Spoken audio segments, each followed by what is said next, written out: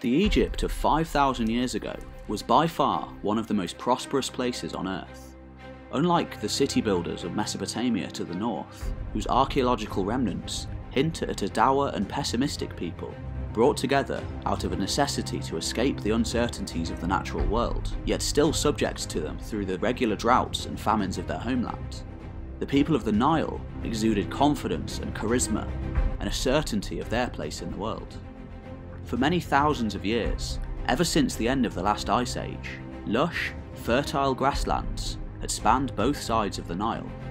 Even the vast Sahara Desert just to the south and west had only recently begun to become the arid wasteland that we know today, after many thousands of years of prosperity. The fossil remains of elephants, lions and gazelle throughout the vast extent of this barren desert remain as a testament to this ancient time of plenty, now far in the past. The Nile itself proved to be a beacon of hope for multitudes of wanderers who had walked northern Africa and parts of the Middle East for millennia. There they found not only a huge river abundant with marine life, but also a vast and seemingly inexhaustible source of food in the form of animals, fish, and over time, as the secrets of agriculture began to seep south from the Fertile Crescent, farming. Unlike the Tigris and the Euphrates rivers to the north, where agriculture was first intensively harnessed, the Nile could be relied upon to flood its banks every single year between June and September.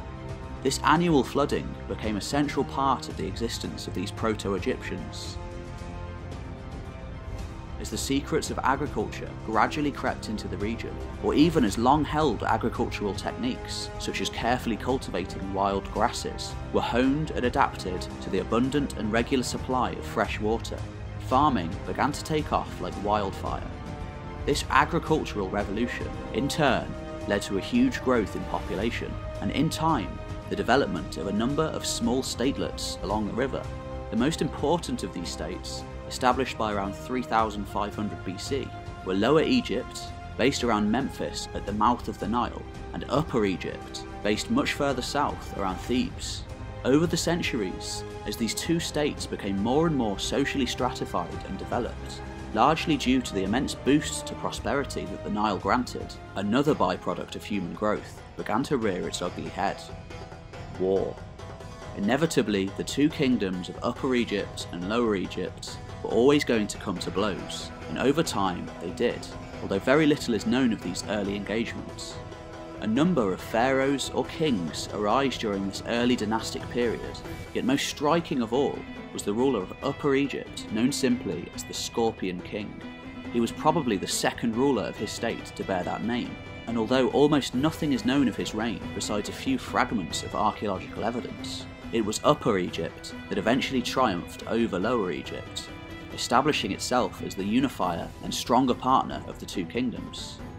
Existent motifs and artifacts from this period, known as the Early Dynastic Period, depict early Egyptian warfare in much the same way as they depict feasts and ceremonies, making it entirely possible that early warfare in part had taken on a ritualistic aspect.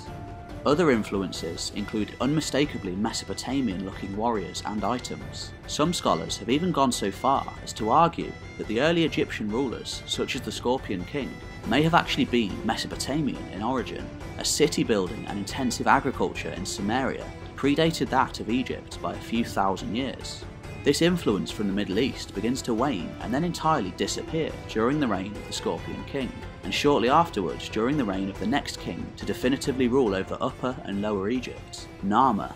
It's thought by some scholars that Narmer may in fact have been one and the same figure as the Scorpion King, or even Menes, the first king to be recorded in the later Egyptian records, although no archaeological evidence has ever surfaced of Menes, leading to some suggestions that he may have not been a single ruler, but a half-remembered collective of the Scorpion King, Narmer, and another ruler found in archaeological evidence, Ka.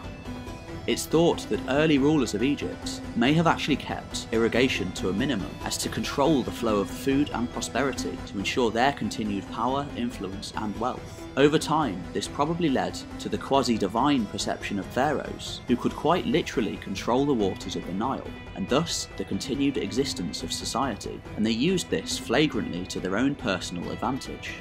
The Scorpion King was probably no exception to this, yet he is unique in the fact that according to the archaeological evidence, which portrays him with insignia from both the Upper and Lower Kingdoms, he seems to have been the first ruler to have successfully held sway over both Upper and Lower Egypt, though it's also possible that this depiction portrays the image he wished to convey to his people, rather than being representative of his actual power. Nevertheless, despite the confusing nature of these early proto-dynastic rulers, the Egyptians soon began to write down what they wanted to tell the world about themselves. They did this prolifically for the next 3,500 years.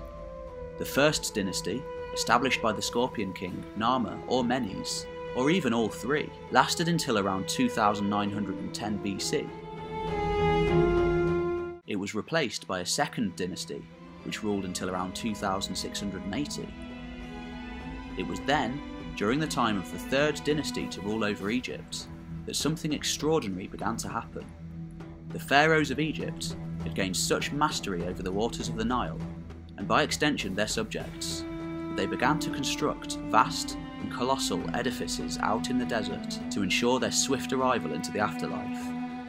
The third dynasty, the first of the Old Kingdom, which reigned supreme until around 2181 BC, and also the most absolutist and the harshest of all Egyptian rulers, were the first of the pyramid makers.